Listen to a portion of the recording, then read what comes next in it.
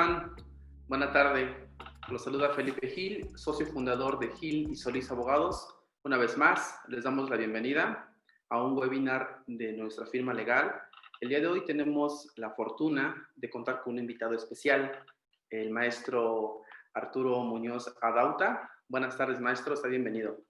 Buenas tardes. Me da mucho gusto. Les agradezco la invitación a Gil y Solís, Felipe Gil y a Rubén que me hayan hecho esta atenta invitación y pues con gusto estar con ustedes y a todas las personas que se estén conectando, pues también les envío un afectuoso saludo y muchas gracias por el tiempo que se toman para platicar un poco de lo que es el derecho registral. Muchísimas gracias. Vamos a explicar a todos nuestros asistentes la dinámica que vamos a tener en el presente webinar. El ponente va a darnos su exposición de manera intermedia. Si gustan realizar preguntas, tienen la posibilidad de que activen su micrófono sin problema, su cámara incluso, para que puedan interactuar de manera directa con nuestro presentador. Al final tendríamos otra oportunidad para efecto de que realicen sus preguntas, ¿sí? Entonces, bueno, vamos a dar una reseña curricular de nuestro ponente. El maestro Arturo Muñoz Adauta es licenciado en Derecho por la Escuela Libre de Derecho de Puebla. Cuenta con una maestría en Derecho Fiscal por la misma institución. Ha cursado diplomados en Gestión Registral y Catastral en el Instituto Tecnológico y de Estudios Superiores de Monterrey. En el sector privado se ha desempeñado como abogado del área de propiedad intelectual en el consorcio Lara y Asociados SC. Asimismo, ha sido colaborador en corredurías públicas en el estado de Puebla. Y en el sector público se ha desempeñado como registrador público de la propiedad y del comercio en los distritos judiciales de Tepeji de Rodríguez Puebla, de Cholula, y actualmente funge como registrador público de la propiedad y del comercio en la circunscripción territorial de la ciudad de Puebla. Pues maestro, muchísimas gracias por su tiempo y por esta ponencia. Y bueno, adelante y muchas gracias. Gracias.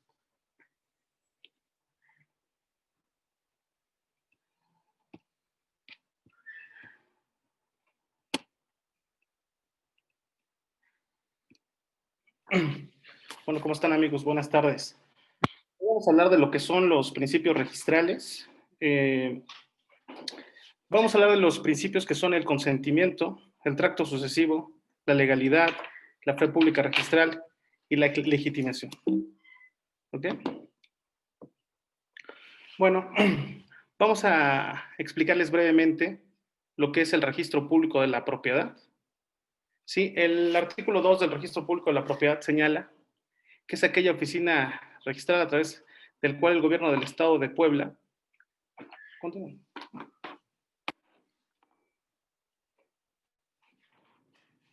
mediante los asientos que en ella se efectúan, cumple con la función de dar publicidad a la situación jurídica de bienes y derechos, así como los actos y hechos jurídicos que conforme a la ley deban registrarse para surtir efectos frente a terceros. Bueno, de esta definición nosotros podemos decir que el registro público cumple con una función primordial, que es la de dar publicidad a los bienes, derechos y a todos los actos o hechos jurídicos que conforme a la ley deban de registrarse. ¿Ok? Que deban registrarse para surtir efectos frente a terceros. Bueno, entonces, de aquella función es el de dar publicidad.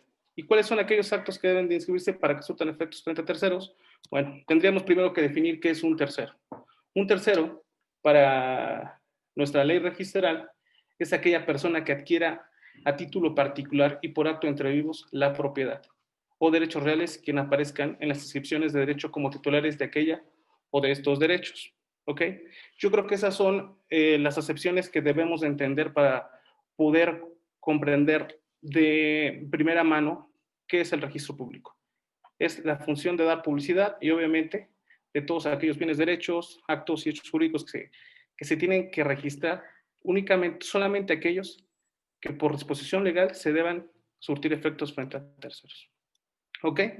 Los principios registrales son aquellas disposiciones legales y razonamientos doctrinales en los que se sustenta el ordenamiento jurídico registral, así como la función de las oficinas registrales. Bajo estos principios se sustenta todo lo que es la ley del registro público y el reglamento del registro público. Recordemos que la ley del registro público tiene una vigencia a partir del año 2009, en julio de 2009, igual que su reglamento, porque antes las disposiciones sustantivas de la ley se contenían en el Código Civil, aproximadamente del artículo 3000, 3001, 3002. A partir de 2009 se crea una ley y esos artículos quedan derogados.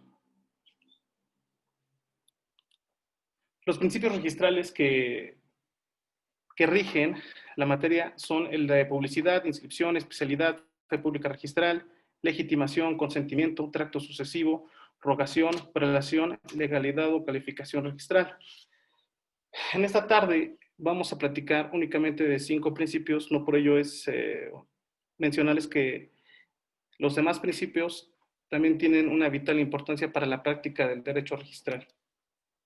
Vamos a abordar el primero, que es el principio de consentimiento.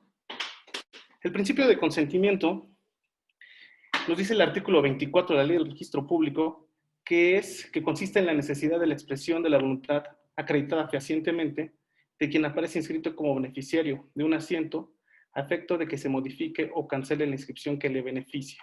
Bueno, en este principio nosotros tenemos que tener claro 2 cosas. Primero, que este principio nos señala que para que se pueda cancelar o modificar un asiento registral, es necesario que se cuente con el consentimiento de la persona quien aparece como titular del derecho registral, y que ese consentimiento deberá ser fehaciente, es decir, debe constar en un documento público o un documento adminiculado, ¿ok? Entendamos que documento público, más allá de las definiciones que nos dé la ley del notariado, el documento público es aquel que emite un funcionario público en ejercicio de sus funciones y que se encuentra legalmente facultado para ellos. Entonces, ¿esto qué quiere decir? Que ese consentimiento que tiene el titular registral únicamente podrá constar en un documento indubitable, esto es, en un documento público, a efecto de que se modifique o se cancele la inscripción. En esta segunda parte, es necesario señalar que ese consentimiento, si bien es cierto, lo tiene que dar el titular registral, no menos es cierto es que también la ley determina que puede ser aún en contra de su voluntad, por la razón que a continuación vamos a analizar.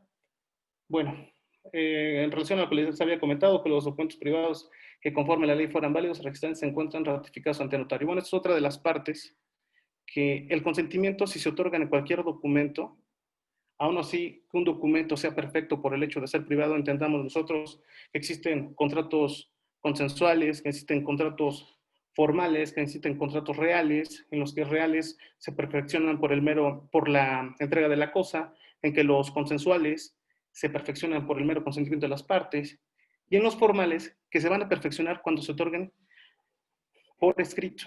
¿Okay? En este caso, dentro de los documentos formales, encontramos los que son puramente por escrito y los que la ley nos obligue a otorgarlos en documento público. Por ejemplo, un acto traslativo de bienes inmuebles, en términos del Código Civil, en términos del artículo 1492, me parece, dice que todas las constituciones, toda aquella concesión de derechos reales y transmisión de dominio deberá constar en escritura pública.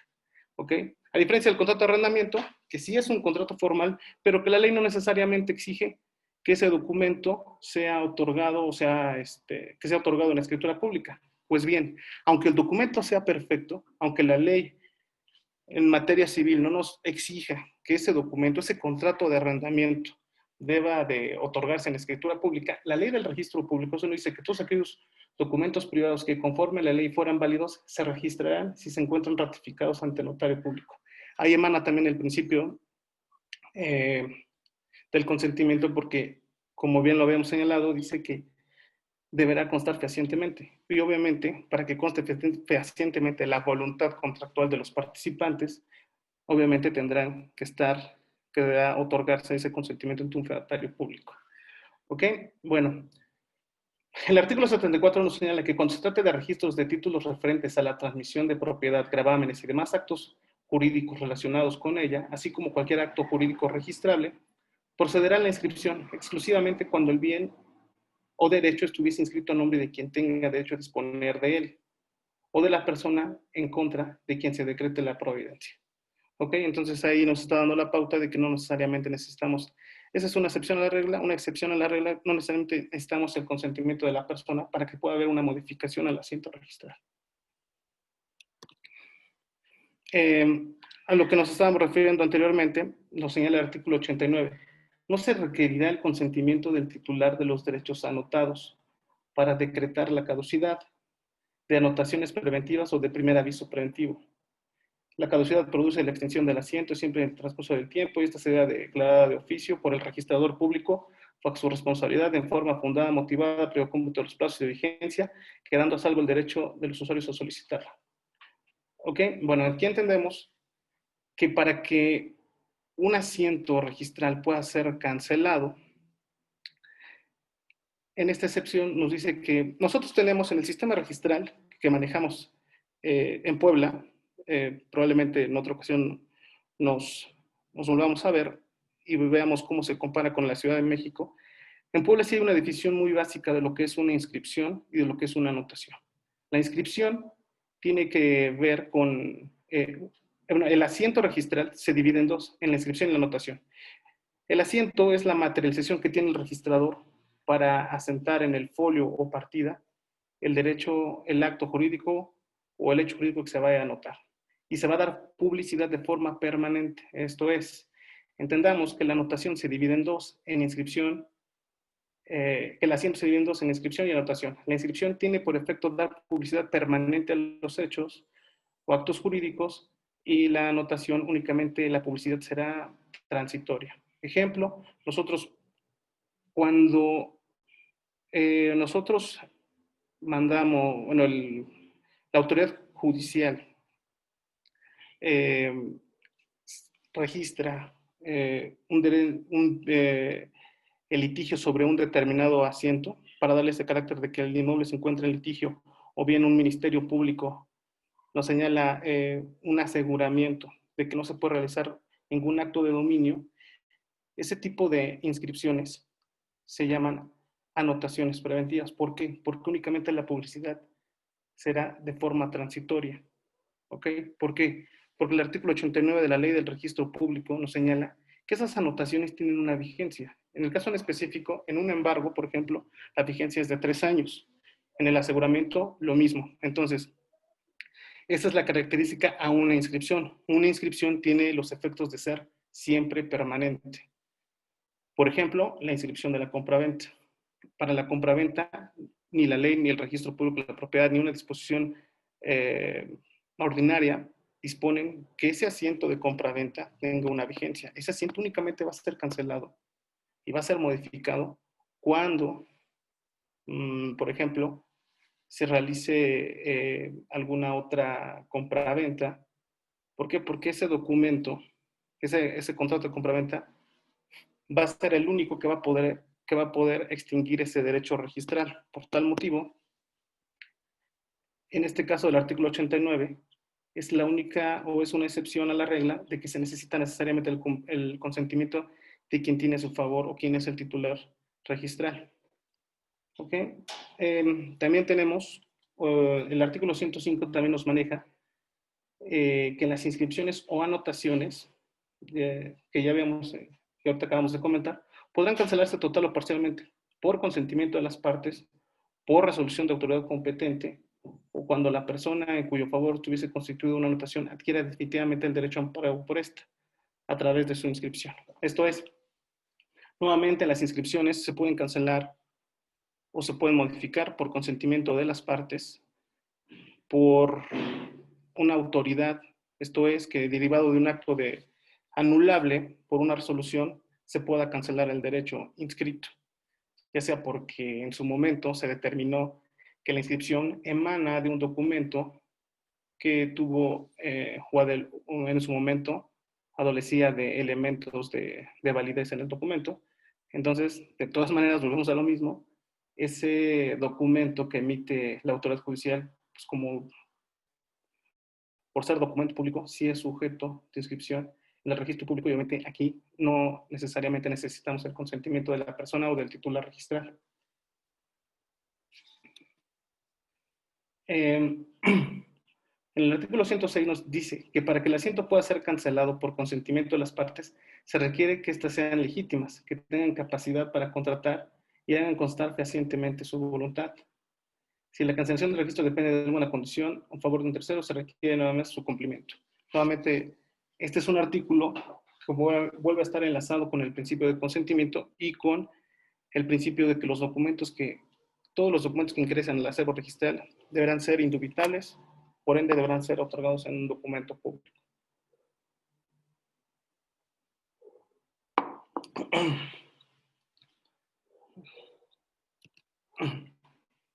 Ahora vamos a abordar lo que es el tracto sucesivo.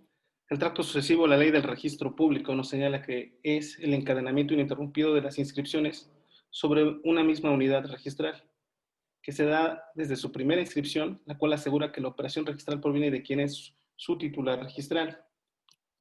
En este sentido, podemos entender que este principio nos señala que todos aquellos inscripciones deben de tener un antecedente, es decir, Juan le vende a Pedro, Pedro le vende a Luis, pero Joaquín no le puede vender a Gustavo, toda vez que Joaquín jamás forma parte de ese tracto registral. Para que nosotros podamos brindar seguridad y certeza jurídica a una operación inmobiliaria, es necesario que ese tracto registral se cumpla cabalmente. Normalmente se pudiesen hacer documentos de compraventa entre dos partes, o cuántas veces no hemos visto que se hacen documentos de compraventa en las presidencias y demás, y obviamente Juan le vende a Pedro, y Pedro, cuando tú le quieres comprar, pues el notario te va a pedir el antecedente. Entonces, si el que le vendió jamás tuvo su antecedente registrado, obviamente la compraventa subsecuente no puede ser registrada. Y ya en ese momento se tendrá que determinar algún tipo de acción legal para que el documento proveniente o el que dio origen pueda ser registrado. ¿Ok?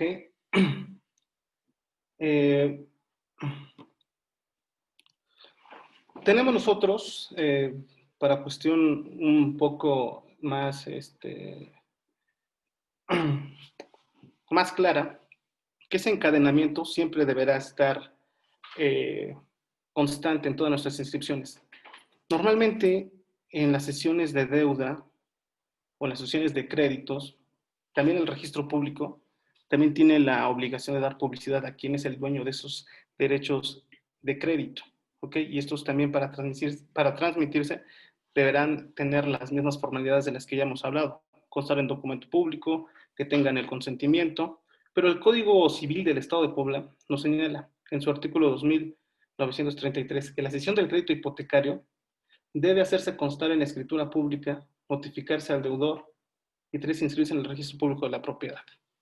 Aquí tenemos nosotros nuevamente una excepción, porque nos dice que las instituciones del sistema bancario mexicano, actuando en nombre propio como fiduciarias de las demás entidades financieras y los institutos de seguridad social, pueden ceder sus créditos con garantía hipotecaria sin necesidad de notificación al deudor, de escritura pública ni de inscripción en el registro, siempre que el cedente lleve la administración de los créditos. En caso de que el cedente deje llevar la administración de los créditos, el cesionario deberá únicamente notificar por escrito la cesión al deudor. Esto es, si Bancomer o HCBC cede su crédito a Juan Pérez comparece ante un notario a cancelar determinada hipoteca, pues es un documento inscribible toda vez que el mismo Código Civil nos señala que esta es una excepción a la regla. El registro público no le podrá exigir que propiamente se haya inscrito la cesión del crédito a Juan Pérez, ¿sí? O que HCBC le inscriba la cesión a Bancomer y así sucesivamente. Entonces, esta es una excepción a la regla y que se da muchas veces en las operaciones inmobiliarias porque no siempre las cesiones de crédito deben inscribirse en el registro público. Ok, muchas veces pasa también que por cuestiones externas, por cuestiones mismas de la operación, el tracto sucesivo deja de de surtir sus efectos toda vez que se interrumpe, ¿no? Entendamos que muchas veces por la antigüedad de los libros se llegan a deteriorar y entonces ya no sabemos, el mismo registro público ya no tiene esa capacidad de determinar el tracto. Para eso la ley también nos da la fórmula para que nosotros podamos seguir con ese tracto sucesivo. ¿Ok? Una facultad que tiene el registrador en el artículo 11 nos señala que es la de ordenar la reposición, la restauración del acervo registral que esté deteriorado, extraviado, destruido, conforme a las constancias registrales en el registro, así como las que sean proporcionadas por los interesados, autoridades o los notarios públicos. ¿Ok? Procede la reposición de asientos registrales cuando por su destrucción, alteración o pérdida se haga imposible establecer el tracto sucesivo entre las anteriores y las posteriores para su consulta. La reposición se hará a solicitud de parte interesada o de oficio, teniendo a la vista los títulos que dieron origen a los asientos para su verificación, levantándose acta circunstanciada de hecho. Este artículo 104 nos señala que la reposición incluso se podrá hacer de oficio. Tenemos nosotros un principio que el principio se llama derogación. Este principio nos señala, bueno, del que otro día hablaremos, que todos los actos jurídicos que deba realizar la institución registral deberán ser siempre, siempre, siempre a petición de parte. Esto yo, ¿cómo lo interpreto en la vida diaria? Bueno, el actuar de oficio no precisamente es actuar arbitrariamente, sino que se puede solicitar el trámite de algún certificado, el trámite de alguna inscripción de algún documento, y eso va a hacer que el registrador en esa facultad de calificación vea que el acervo registral efectivamente, el tracto no se puede ver reflejado en la oficina. Bueno, entonces el registrador con las constancias existentes en la oficina o con la que le presenten las partes, en este caso, pero simplemente con las constancias que obren en la oficina, puede realizar la reposición sin que medie una solicitud previamente para ello, porque la ley dispone que sea de oficio. Y por ende, bueno, también esa es una facultad que no se debería entender en el doble sentido de que no se podría realizar. Sí se puede realizar toda vez que sí hay un impulso dentro de la función del registro público como la solicitud de cualquier documento.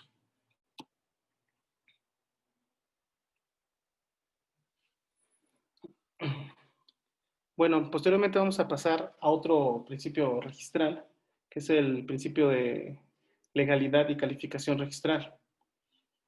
Nos dice que el principio de legalidad o calificación registral consiste en la función atribuida al registrador público para examinar cada uno de los documentos que se presenten para su inscripción y para determinar no solo si es de los documentos susceptibles de inscribirse, sino también si el acto que contiene satisface los requisitos de forma exigidos por la ley, a fin de proceder en caso afirmativo a llevar a cabo las inscripciones solicitadas, previo el pago de los derechos correspondientes del registro o, en caso contrario, a suspenderla si el documento tiene defectos subsanables o denegarla si los defectos son insubsanables.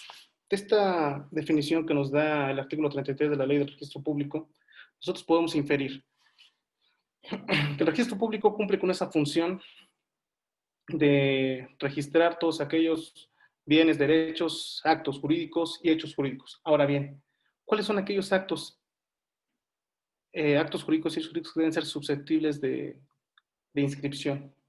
Entonces, el registrador en este principio nos dice que el registrador público deberá determinar cuáles son aquellos que sí se inscriben y una vez que determines cuáles son aquellos que se inscriben, si cumplen con las formalidades que determina la ley. Este principio tiende mucho a determinar cuáles son, de qué se va a nutrir el acervo registral, qué documento va a ser el que va a formar parte de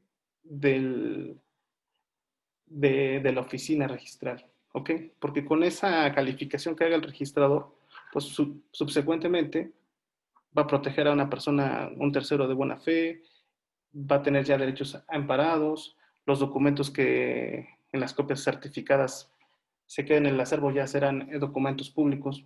Entonces, este es un principio importante porque aquí el registrador va a determinar cuáles son aquellos documentos que se deban inscribir y cuáles son esas formalidades. Por ende, podríamos comenzar a señalar que no todos los documentos se inscriben, sino simplemente son susceptibles de inscripción, ¿no? Los documentos susceptibles de inscripción, en términos del artículo 2 de la Ley del Registro Público, son todos aquellos que conforme a la ley deban registrarse para surtir efectos frente a terceros. ¿Ok? Entonces, ya sea que una disposición alterna o la misma ley del registro público nos va a dar el catálogo de qué documentos se deben registrar. ¿Ok? Por ejemplo, en una compraventa, la ley determina que en una compraventa de bienes inmuebles determina en la formalidad del contrato que deberá otorgarse en escritura pública. No obstante, en el Código Civil no señala que sea necesaria la inscripción para que surta efectos frente a terceros. El artículo 39 nos da el primer catálogo de qué son los documentos que se deben de inscribir. En su primera fracción nos señala que son todos aquellos que se adquieran, transmita, limite, modifique o extinga el dominio, la posesión o los demás derechos reales sobre inmuebles o aquellos por los cuales se grave el dominio de los mismos. ¿Ok? En este caso, la ley ya señala que se deberá inscribir también todos los gravámenes. No obstante, también en el Código Civil, la ley del registro público únicamente publicita los derechos, salvo excepcionalmente constituye el derecho para que se pueda perfeccionar. En este caso, la hipoteca es el único acto jurídico que sí es necesario la inscripción para que pueda ser un acto perfecto. Otro documento inscribible son las resoluciones judiciales o administrativas que produzcan los efectos que ya hemos señalado, las sociedades conyugales, las capitulaciones matrimoniales, cuando constituya el objeto algún inmueble o derecho real sobre los mismos. En este sentido, se ven muchos casos en que las personas, únicamente dos personas, dos consortes, únicamente uno de ellos es el que adquiere la propiedad en la escritura pública y obviamente en las generales señalan que está casado bajo el régimen social conyugal. Eso no va a determinar que nosotros inscribamos a ese consorte toda vez que él no fue el que está realizando el acto jurídico. Es por ello que es necesario y obligatorio que para que surtan efectos frente a terceros, las sociedades conyugales y las capitulaciones matrimoniales deben de estar inscritas en el registro público de la propiedad. Porque si se da el caso de que una de las dos personas o una persona fallece de las que no se inscribió, pues obviamente no puede entrar ningún acto. Por ejemplo, no puede ceder el 50% de sus derechos de propiedad, no se le puede en una sucesión, no puede entrar ni siquiera el aviso preventivo de la aplicación de bienes, toda vez que esta persona jamás apareció. Aunque estén casados en sociedad conyugal, también así el Código Civil determina que las sociedades conyugales, incluso a ellas, aquellos matrimonios que se hayan constituido antes de la vigencia, que fue de 1985, deberán por disposición de ley inscribirse en el registro público de la propiedad. Otra cosa es la declaración de herederos, el nombramiento, la aceptación del cargo del albacea definitivo respecto de las sucesiones intestamentarias. Aquí volvemos a tener otra interpretación en cuanto a que el nombramiento de herederos, así como el albacea definitivo, únicamente la ley determina que se deberán inscribir las sucesiones intestamentarias, no así las testamentarias. En todo caso, cuando se pretende inscribir una aplicación de bienes, es necesario que exista el nombramiento del albacea. Obviamente la resolución judicial en donde determina el nombramiento del albacea, la aceptación del cargo y el nombramiento de herederos. Ya que si no está así, el trato, aparte de que se ve suspendido, bueno, pues son documentos que antes de la aplicación deben de inscribirse. No así en el testamento. Yo creo que la razón es lógica, toda vez que para la ley del registro público es el tercero, es aquel, como ya habíamos leído, es aquella persona que adquiere a título particular por un acto entre vivos. ¿Ok? Después, el patrimonio de familia, es necesaria su inscripción. la Constitución, reformas de las fundaciones de asistencia privada, los decretos de expropiación. Ya vemos también que en otra ley alterna, la Constitución, la modificación, la disolución, la fusión de sociedades, asociaciones, también deberán estar inscritos en el registro público y eso no lo determina propiamente. Bueno, sí lo determina la ley del registro público y aunado a eso también lo determina el Código Civil. Y todos aquellos que expresamente la ley debiesen registrarse. Bueno, entonces, basándonos de la primera definición, este es el primer listado, o eh, estos son los actos que por disposición de la ley del registro público tienen que inscribirse. Y bueno, pasamos a otro aspecto de la calificación, que dice el artículo 69, que los actos o contratos otorgados en otra entidad federativa solo los registrarán si tienen el carácter de registrar y cumplan con los requisitos de ley. Igual forma, las resoluciones judiciales dictadas por los jueces o tribunales de otra entidad federativa se inscribirán cuando así lo ordene la autoridad judicial competente en el Estado y cumplan con los requisitos legales. ¿Ok? En este sentido, viene un tanto la discusión y bueno, al final del día, diferentes criterios sobre todos los documentos que se inscriban o que se formalicen en todas las entidades de la República. ¿Ok? La Constitución mexicana señala que los bienes inmuebles se regirán por la ley del lugar de su ubicación. Dice que las leyes de una entidad federativa solo tendrán efecto en su propio territorio y por su siguiente no podrán ser obligatorias fuera de él. La ley, la Constitución mexicana,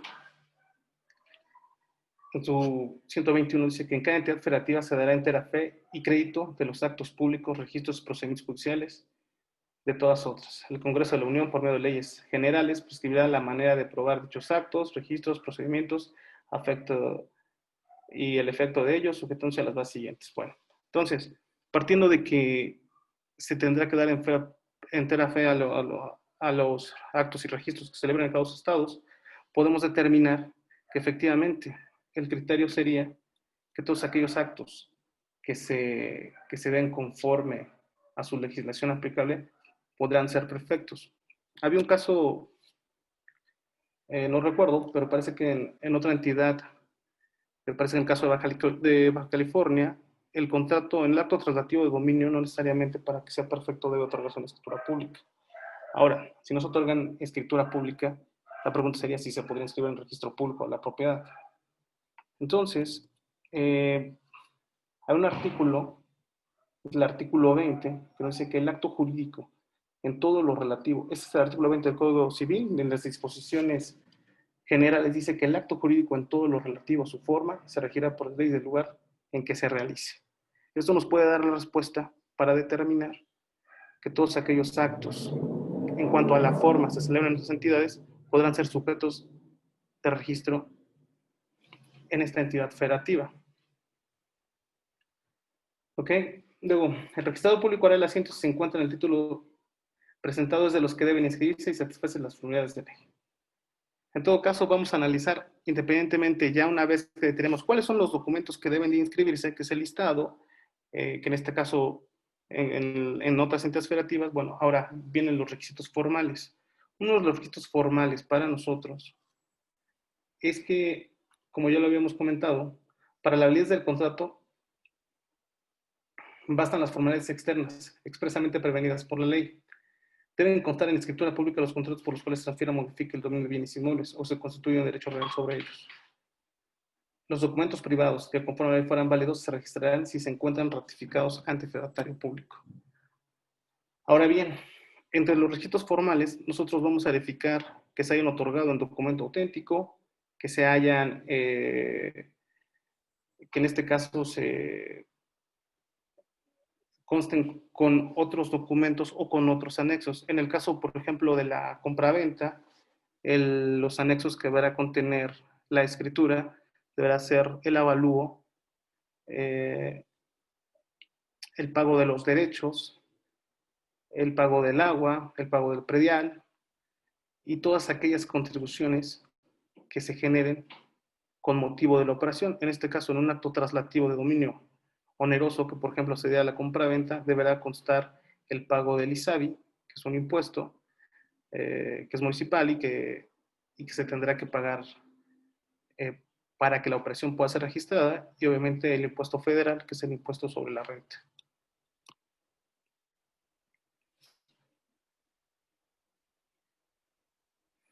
Otro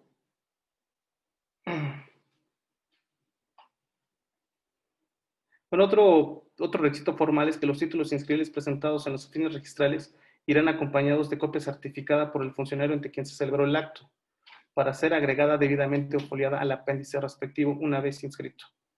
En este caso, es importante señalar que todos aquellos actos que se celebran ante un fedatario público, al momento de la presentación de la escritura pública, deberán acompañarnos copia certificada del testimonio. ¿Ok? Porque muchas veces efectivamente no se desconoce la fe pública notarial, pero existen situaciones en que se presentan copias certificadas por otros notarios. Bueno, aquí la disposición es clara, o bien cuando una sentencia, una resolución judicial o un oficio proveniente de un juzgado se certifica por un notario y ese sea el documento que se presenta para su inscripción. En este caso la ley es clara porque esas copias certificadas y esos oficios deberían estar expedidos y firmados por la autoridad judicial competente, y en este caso también los testimonios por el notario en donde se haya otorgado el acto registral. Y bueno, ya hablamos de los pagos de derechos, y ya pasaremos al principio de fe pública registral. Si alguien tiene alguna duda o pregunta, con todo gusto la contestamos. Así es, si alguien quiere hacerle una pregunta a nuestro ponente, adelante, con toda confianza.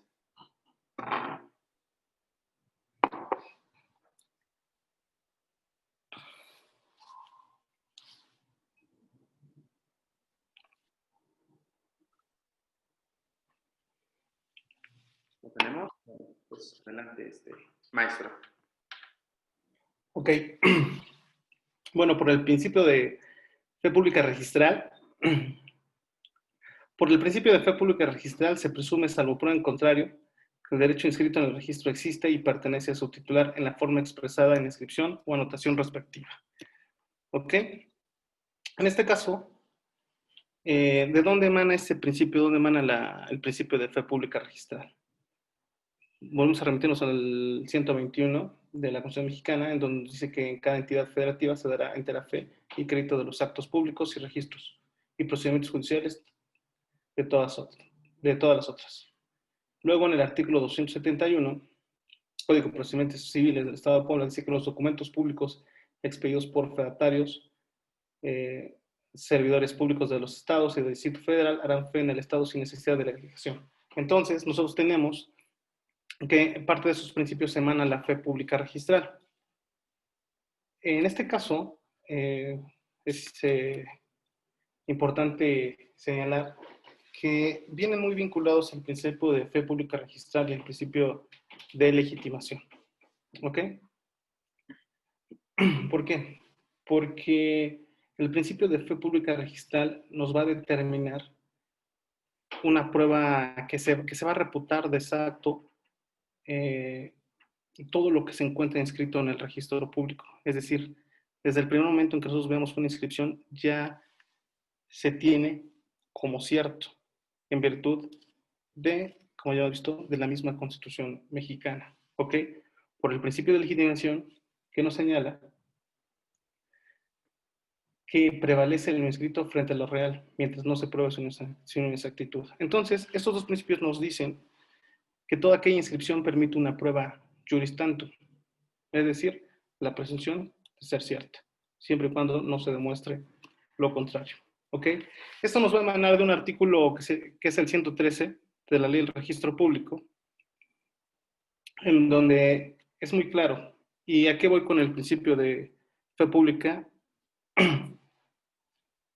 y legitimación? Nos dice, si el acto o contrato inscrito es declarado nulo por autoridad judicial competente, se aplicará con relación a su inscripción las siguientes disposiciones. La fracción tercera nos dice que los actos o contratos que se otorguen o celebren por persona que en el registro aparezca con derecho para ello, no se invalidarán en cuanto al tercero de buena fe, si fueren inscritos y la nulidad o la rescisión posterior del derecho del causante resulte de un título anterior no inscrito o de causas que no aparezcan del mismo registro. No se aplicará esta disposición a los actos o contratos que se ejecuten u otorguen violando una ley prohibitiva o de interés público. ¿Ok? Me parece importante señalarles también otra tesis, que como ya lo hemos mencionado, todos aquellos asientos firmados y autorizados por el registrador público, en cuanto a su titular registral, admiten una prueba juris tantum, pero para las adquisiciones que se hagan posteriores a esa persona, cuando sea una persona tercero de buena fe, ya no le aplicará la juris tantum, sino será jure de jure. ¿Por qué? Porque el registro público, en cuanto a que se analizó el documento, en cuanto a que el registrador vio que es un documento inscribible, y en cuanto a que verificó que aquellos documentos hayan tenido todos aquellos requisitos de forma, ese documento para la persona que adquiere y que confíe, y porque es obligación pública confiar en esos asientos registrales, pues a ella ya no, ya no se puede invalidar el asiento. ¿A qué vamos? Cuando existe un acto nulo en virtud de no revestir aquellos elementos de validez y en este caso es judicialmente invalidado, la ley nos señala que esos bienes y derechos que tenga el tercero de buena fe no serán necesariamente anulados.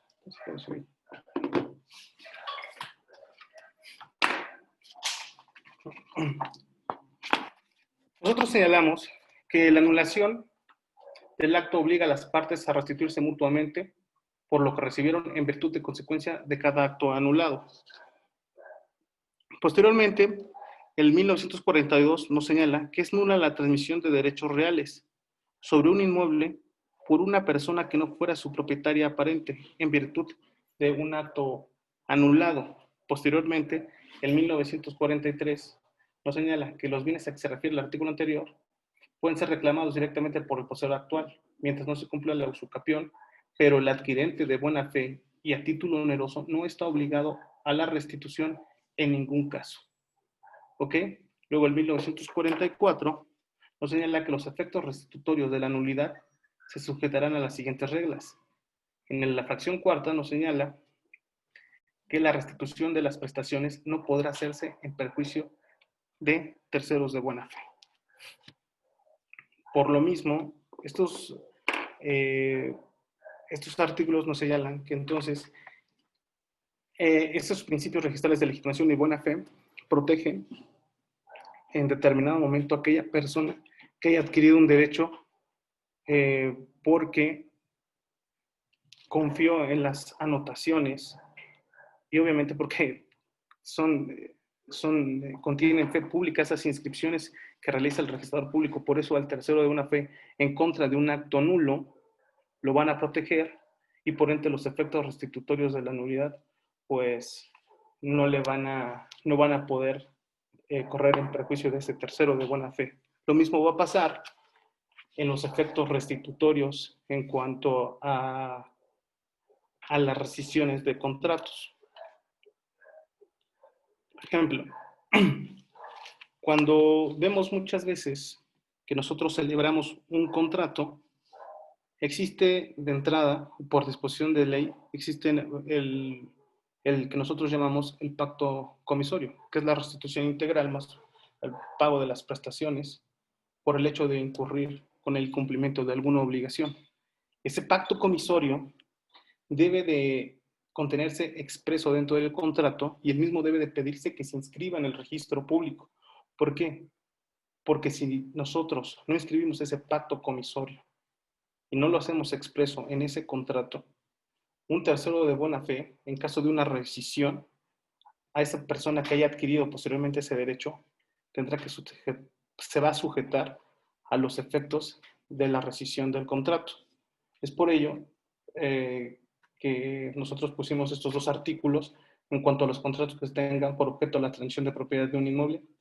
Estará expuesto en el artículo 1564 y 2172, que nos señala: la rescisión de un contrato fundada en la falta de pago por parte del adquiriente de la propiedad de bienes inmuebles u otro derecho real sobre los mismos no surtirá efecto contra tercero de buena fe si no se estipula expresamente e inscribió en el registro público en la forma prevenida por la ley. ¿Ok? El 2172 dice que la compraventa de bienes inmuebles y la adquisición a título oneroso de derechos reales sobre inmuebles, si el adquiriente no cumple las obligaciones que le corresponden, se rige en cuanto a su rescisión por las siguientes disposiciones. Para que la rescisión surta efectos contra terceros de buena fe, el pacto comisorio debe ser expreso y reunir las condiciones establecidas en el artículo 1564.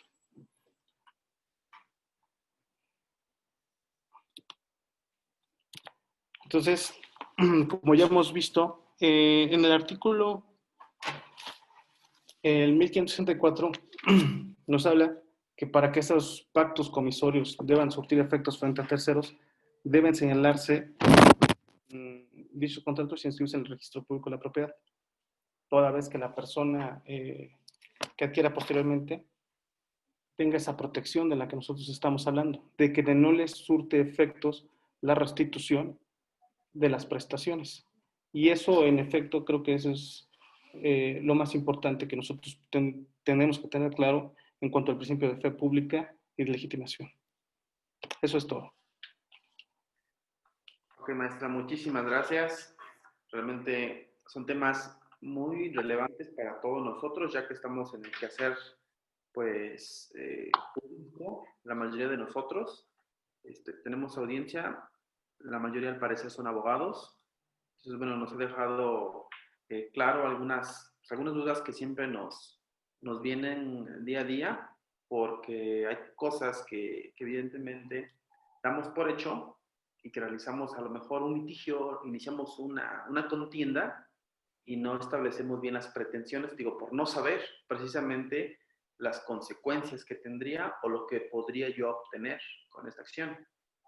Entonces, bueno, ¿tienen alguna duda los asistentes? Adelante.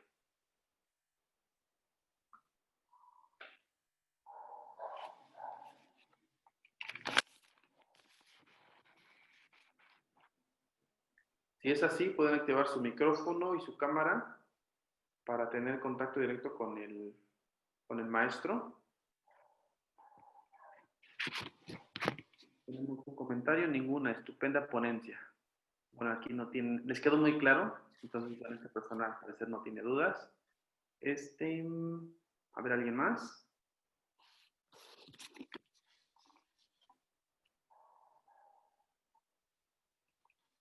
Creo que no es verdad.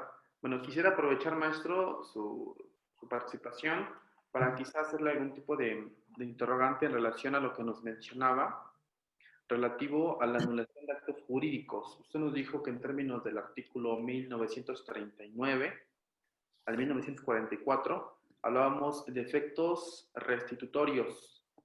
Digamos, en la práctica, ¿de qué forma las partes se obligan a restituirse? Como lo dice el 1939, mutuamente en virtud de lo que recibieron, así lo establece.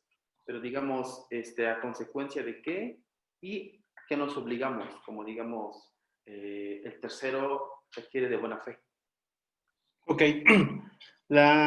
Cuando un contrato se celebra en aparente derecho, reviste los elementos esenciales y los elementos de validez del contrato, ¿no?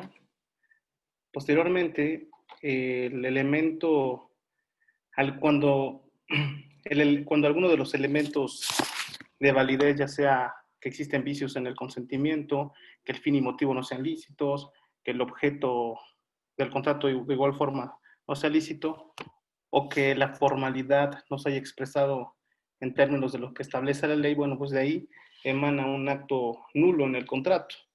Esa nulidad se va a verificar en el momento en que la persona a quien le anularon el contrato ya haya transmitido la propiedad a otra persona. ¿Ok? Entonces, este principio o esta protección que determina la ley del registro público, algunas tesis y el mismo Código Civil señala que en el momento de que existe la nulidad del contrato, obviamente, se tienen que restituir las cosas, o en los casos de rescisión de los contratos, se tienen que restituir eh, como hayan en un primer momento pactado las partes, es decir, se tienen que restituir las prestaciones que en un momento existieron. ¿Ok? En este caso, hablando de propiedad, la propiedad tendría que ser restituible. ¿Ok? Posteriormente, si esa inscripción, como establece el mismo ley de registro público, no se contravinieron disposiciones prohibitivas o disposiciones o no se violentaron leyes que atenten contra el orden público o leyes de orden público, bueno, pues entonces esa inscripción va a prevalecer. Y la procedencia es que no se podría invalidar esa inscripción y no tendría la obligación o no le correría, no se vería perjudicado a ese tercero que adquiera en un posterior momento la propiedad. Ok, porque usted nos dijo que el tercero de buena fe se encuentra, o así lo entendimos, o así lo entendí, que se encuentra protegido, el adquirente de buena fe. Sí, así es. Pero, digamos, en un caso, vamos a imaginar un caso práctico en el que propiedades de una sociedad conyugal y quizá el varón se divorcia a las espaldas. El típico juicio en la ciudad de pueblo, en cualquier estado de la República, en el que no se hace debidamente juicio a la cónyuge, se disuelve el vínculo matrimonial, hay bienes, pero esta persona comienza a realizar ventas sin el consentimiento de la cónyuge, bienes que conforman la sociedad conyugal a la vez adquirido dentro de esa vigencia. Entonces, vamos a suponer que el varón inicia este tipo de actos contra personas que adquieren pues de buena fe. Esperamos que están protegidos, ¿no? ¿Qué podría pasar si ahorita, vamos a suponer que la cónyuge advierte que, ah, caray, ya estoy divorciada, ¿no? Ajá, y las propiedades y las casas, ¿qué onda? Hace una búsqueda en el público de la propiedad y verifica que ya están a nombre de Pedrito y de Juanito. Entonces, ¿podría ella demandar la nulidad de escrituras públicas, digamos, por vicios al consentimiento, a su consentimiento principalmente, como propietaria del 50% de la ganancia conyugal? Pero aquí entra ya la persona protegida, el que adquiere de buena fe, el tercero. Entonces, ¿de qué forma la actora, en el juicio de nulidad, podría obtener esas pretensiones que si ella quiere su 50% de los bienes que supuestamente eran ganancia conyugal, pero que ahora están vendidos, ya están donados, están hipotecados, qué sé yo, ¿no? Entonces, si el tercero de buena fe pues, está protegido, él no se debe preocupar. ¿Y a quién le cobraríamos o a quién le diría, pues regresa mi dinero o lo que me corresponde como 50%? Ay, ¿qué pasaría? Ok, sí es interesante lo que me comentas. De hecho, tuvimos recientemente un caso parecido.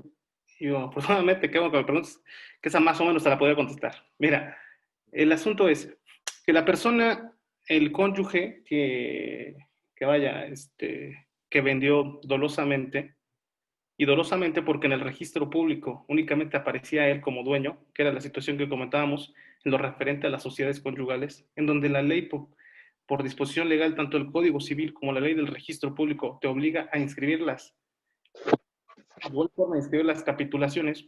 De entrada, el consorte, de forma dolosa, transmitió las propiedades a un tercero, ¿ok? Para empezar, se mandaron avisos preventivos. El aviso preventivo se encontraba solamente Juan Pérez.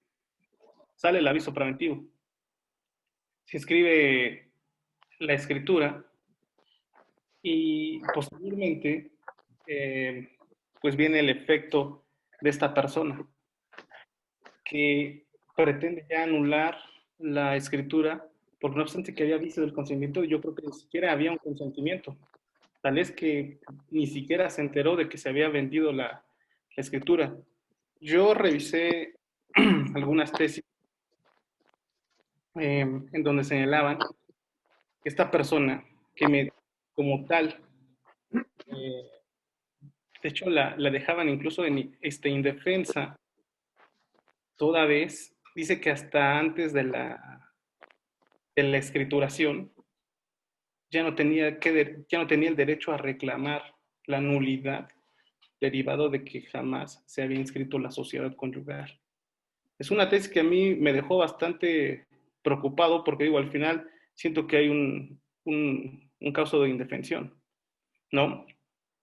No obstante ello, pues también el tema del tercero de buena fe, pues obviamente ya no le pueden repetir o ya no tendría que ser perjudicado por los derechos porque todo en su momento aparente se dio conforme a la ley. Por tal motivo, la persona tendrá que responder civilmente únicamente a la persona que se vio afectada. Y el tercero de buena fe, bueno, él no se le tendría que tocar el derecho. ¿Ok? Ok, ok. Entonces, pues sí está la situación un tanto complicada porque se comenta que la Corte se ha pronunciado al respecto y pues, que se deja en estado de defensión a la consorte, ¿no? Porque al final de cuentas omitió, como usted lo comenta, inscribir las capitulaciones matrimoniales y por esa omisión de hace, vamos a pensar, hace 30 años, 20 años, después de la reforma que nos habló, el 85 al parecer, Así es. bueno, donde se obliga, la ley nos exige que inscribamos las capitulaciones. No lo hizo, ahora las propiedades ya están vendidas y pues la tiene complicada, ¿no? Entonces, Eso sí es importante que la sociedad conyugal se inscriba, porque de hecho en la reforma del 85, cuando se vuelve obligatoria, señala que todos aquellos matrimonios que incluso se celebraron antes de la vigencia del 85 también deberán de inscribirse. Y el notario ante quien se celebre las operaciones en materia inmobiliaria también deberá, primero, antes que nada, la, realizar el registro de la sociedad conyugal. De hecho, la disposición emana incluso desde el mismo juez del registro civil, la obligación que tiene una vez que se firma el contrato de matrimonio de enviar al registro público la constitución de la sociedad conyugal, situaciones que pues en la vida real no se dan y por tal motivo las propiedades están ahí a nombre de una sola persona cuando realmente debería haber una copropiedad por la sociedad. ok. Pues muchísimas gracias, maestro, me amplió el panorama. Y pues bueno, alguien más gusta participar, aprovechen porque no va a haber otra ocasión. Digo, claro, si el maestro nos da la oportunidad de continuar los principios, porque listó usted 10 y nos faltaron algunos, entonces digo, aprovechemos, ¿no? Levantó la mano por ahí, Eymar Gil, Marcial. adelante, o Marcial, adelante, quien guste primero. Y bueno, qué bueno, la verdad, excelente ponencia y al menos nos revela diversos principios y cuestiones que rodean a esta cuestión registral, ¿no? Pero la cuestión, a mí lo que me inquieta es que la propia norma en la cuestión registral, yo creo que el contrato para perfeccionarse, hay varios elementos, ¿no? Entre ellos el consentimiento, pero la cuestión de a veces de los elementos de la publicidad, y comento esa cuestión por lo siguiente. Me ha tocado ver un caso en que se celebró un contrato ante un notario público, pero realizó un gestor la tramitación de la escritura. Entonces, por el aviso preventivo, por no inscribir su tiempo, el aviso preventivo caducó. Entonces, ahí por lo que dice de la inscripción y la anotación, ¿verdad? Entonces, no se llevó a cabo la inscripción, pero sí había una anotación. Entonces, todas esas causas es ajena a la voluntad de las partes, es al notario o bien al gestor que se encargó de la escritura. Entonces, ahí considero yo que hay vicios, o bueno, que la ley en un momento dado contraría esa parte, ¿no? Porque la voluntad es esencial. En cualquier momento de los contratos, la voluntad es esencial. Máxime, si no hay vicios, máxime si hay todo el consentimiento, máxime si está todo el reconocimiento, ¿no? Y además de todo eso, pues en ningún momento hubo un reclamo de daños, sino ¿por qué? Porque esa voluntad fue clara. Entonces, en ese sentido, considero, bueno, es mi pregunta. Yo creo que se puede hacer valer la validación de ese contrato, ¿no? Aunque haya vicios que no se hizo la inscripción, pero sí y la anotación se canceló, como decía, ¿no? Pero hubo voluntad del artes. Mi pregunta se le va a pedir, ¿cree que mediante el juicio del cumplimiento de ese contrato, reclamándole al tercero o al mismo notario, puede ser procedente, ¿no? Sí, claro, por supuesto. Aquí tenemos dos, digamos, dos partes. El registro público no constituye derechos, únicamente tiene efectos publicitarios, como lo veíamos para el tercero de buena fe. Por supuesto, un contrato que se celebre con los elementos del consentimiento que tenga, obviamente, digo, perdón, de los elementos esenciales, que sea el consentimiento, el objeto, la formalidad, con los elementos de validez, que no sea el objeto y el fin y motivo sean lícitos, que la forma se haya otorgado en escritura pública y demás, que se haya otorgado con todo eso, el contrato es perfecto, el contrato existe, y por el hecho de que no se haya inscrito en el registro público, no deja de ser un contrato que tiene y está surtiendo todos sus efectos legales. Lo único que va a hacer el registro público es darle publicidad a ese contrato para que a posteriori una persona que quiera adquirir el bien inmueble, bueno, pues también lo proteja la ley, porque al final la ley le está otorgando esa fe pública y está legitimando en apariencia a la persona que funge como titular registral.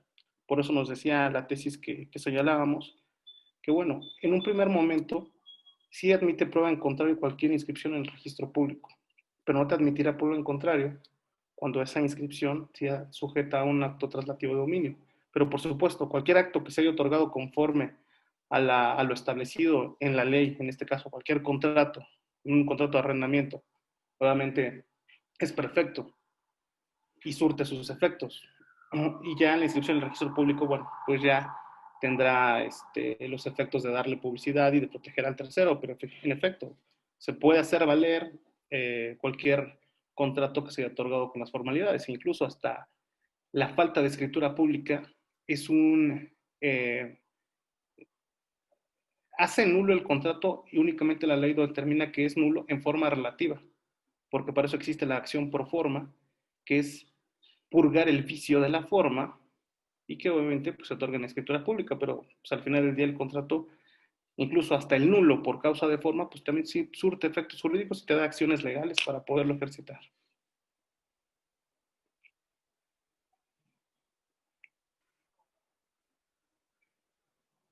Perfecto, muchas gracias, maestro. Hay otras personas que tienen dudas. La licenciada Aide, por ejemplo, nos dice, ¿se puede inscribir la sociedad conyugal sin que aún exista inmuebles a nombre de los contrayentes? ¿Cómo estás, Aide? Claro, por supuesto, por supuesto. Si no es necesario, nosotros tenemos un libro, el registro público cuenta con un libro que se llama Otros Derechos Patrimoniales de las Personas Físicas. Y en ese libro, por disposición legal, también se deberán inscribir aquellas sociedades conyugales, aún no existiendo bienes inmuebles, incluso hasta también los poderes generales. Ok. Tenemos otra pregunta de la licenciada Lourdes Flores. Nos dicen, un contrato privado del año 1972, por poner un ejemplo, fue registrado, ¿se puede inscribir en el año 2020 con el antecedente de que los vendedores ya fallecieron? Y si es así, ¿cuál es el procedimiento?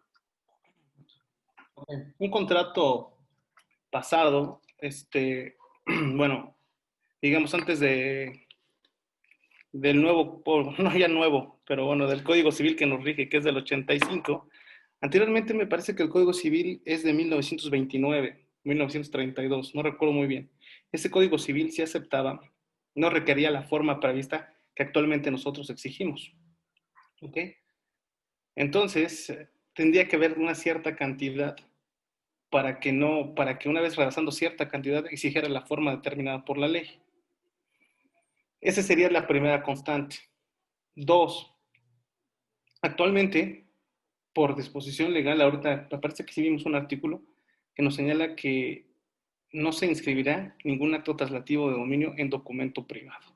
Si ese documento no se otorgó en las formas previstas que en ese momento se encontraban vigentes, pues definitivamente no sería un documento sujeto de inscripción. Ok, ok, muchísimas gracias. Si quieren hacer más preguntas, adelante. Levantó la mano Aymar Gil. Inicio de la voz, Aymar. Adelante.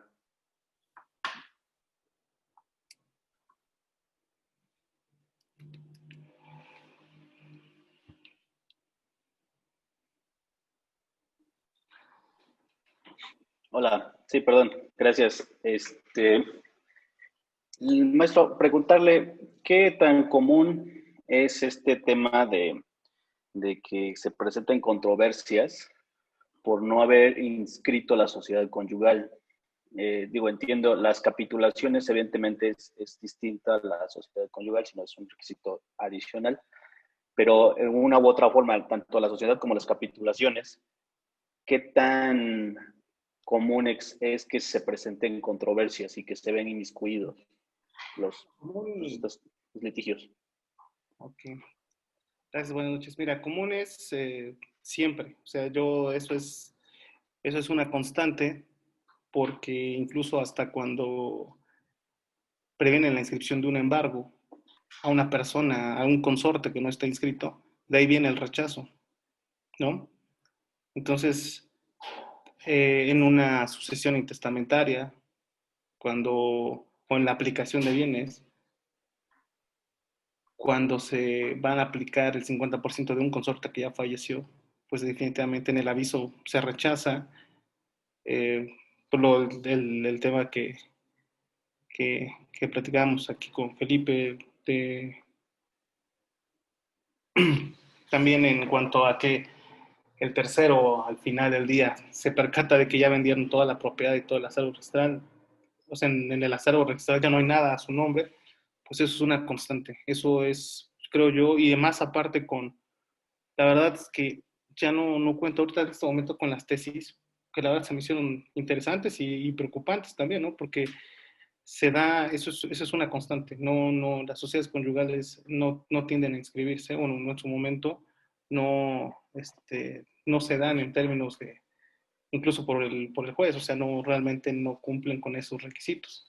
Por ende, pues imagínate que en una inscripción va a aparecer una sola persona, cuando realmente quienes disponen o tienen derechos legítimos pues son dos personas, ¿no? Entonces sí, Sí, es importante. sí, es a lo que iba, porque por ejemplo, si existe un litigio, digamos, de mercantil o laboral de cualquier tipo, en el cual embarguen una propiedad de cierta persona y pues se la mandan a remate y hacen todo lo que tengan que hacer, incluso ya hay adjudicación o venta incluso, y resulta que pues ya que se gastó incluso el actor del juicio se gastó pues un dinero en tanto las correduras de las escrituras de la aplicación o la adjudicación, pues resulta que pues viene un juicio por una persona que es el cónyuge y que dice, estamos casados en bienes mancomunados y vengo como tercer extraño porque no me llamaste a juicio, Entonces se entabla otro juicio por la esposa o el esposo que no fue llamado y que se ve afectado por el embargo, situación que creo se pudo haber evitado desde el momento en que cuando se trabó el embargo en el primer juicio de origen. Si estuviese inscrito la capitulación o en este caso la sociedad conyugal, pues ustedes desde el primer momento pudieron haber establecido, no puedo inscribir este juicio, este embargo, perdón, en su totalidad, en virtud de que existe una sociedad o existe una capitulación, entonces únicamente respecto a este porcentaje, ¿no? Y se lo comento porque es muy común que se den este tipo de juicios que, a veces es por estrategias, no sé, de algún litigante, pero a veces sí es por esta omisión, ¿no? Que a veces nos tumba todo el juicio porque tenemos que iniciar, porque no se llamó a la esposa o al esposo, ¿no? Cuando yo creo que podríamos evitar esta situación. Sí, sí, sí, claro. Sobre todo porque, bueno, ya en el litigio que obviamente ustedes conocen más y tienen más expertise, pues es obviamente que el litigante va por todo, ¿no?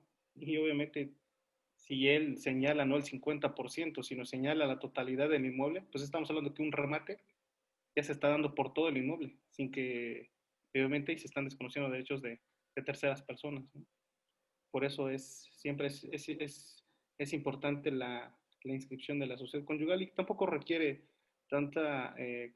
no te requiere tantos requisitos. La ley del registro público señala que se inscribirá el acta de matrimonio o el extracto del acta de matrimonio y obviamente eso tampoco te implica una cierta, obviamente en las disoluciones de las sociedades, pues sí ya implica materia de contribuciones, pero en inscripciones propiamente es realmente la inscripción del documento con el pago de los derechos, que realmente tampoco, bueno, siento que no es tan excesivo. Al ser el pago por la inscripción del acta de matrimonio está en oscila entre, me parece que los 500 pesos, más allá, como 600. Okay, muchas gracias.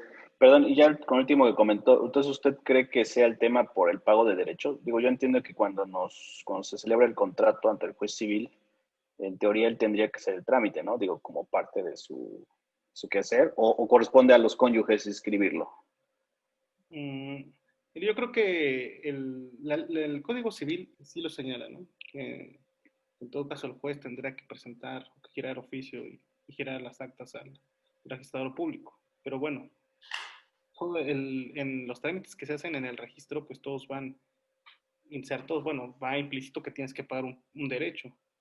Y tal vez el juez ahí tengamos el problema, ¿no? Que el juez decir, bueno, no me puedes dar tú para que yo te haga la gestión de pagar, no sé, hay situaciones que se determinan. Yo creo que también es como, tiene él como el que le va a dar la solemnidad a ese contrato de matrimonio.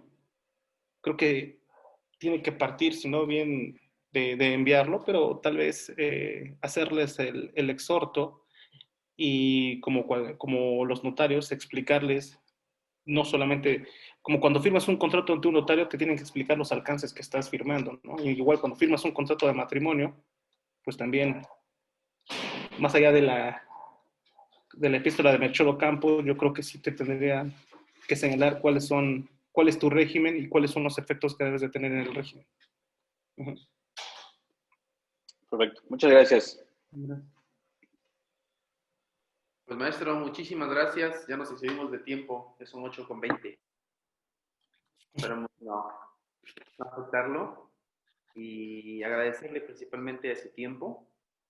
Ojalá que más adelante nos pueda pues, regalar un poquito más de conocimiento y tiempo para algún tipo de sesión distinta y culminando, ¿no? El tema de que es muy amplio el tema registral y que se requiere estar ahí todos los días para conocerlo bien, como usted. Entonces, pues algo que nos quiera, unas palabras que nos quiera regalar y ya lo dejamos. No, pues ante todo agradecerles al despacho Gil y Solís, igual a Rubén que me hizo la invitación de primera mano, con todos ustedes que me estuvieron ayudando a ver la logística de este tema. También debe ofrecer una disculpa igual por no estoy muy acostumbrado a platicar por los medios electrónicos, pero bueno, con mucho gusto estamos acá y también a todos les quiero agradecer por el tiempo que se tomaron para, para platicar de estos temas y espero que realmente hayan sido de lo que, vaya, que cumplan con el objeto de lo que tiene que ser, ¿no? Que nos sirvan en la vida útil, que nos sirvan en la práctica y bueno, que nos vayamos con por lo menos con un argumento definido de cualquier tema de los que hayamos platicado. Y así fue, maestro, así fue. Pues muchísimas gracias y nos vemos en la próxima. A todos les recordamos que estamos realizando webinars cada fin de semana o cada lunes, depende del calendario de nuestros invitados. Entonces, ya tenemos sus datos, nos acaban de enviar alguna información en el chat. Para ese mismo efecto, hacerles la invitación de los próximos eventos. Este viernes, por ejemplo, tenemos un evento en materia penal. También a usted, maestro, les tendremos la invitación. Muchas gracias. La gente del Ministerio Público de la Fiscalía de Guanajuato. Entonces, nos vienen a compartir también conocimiento y les extendemos la invitación a todos.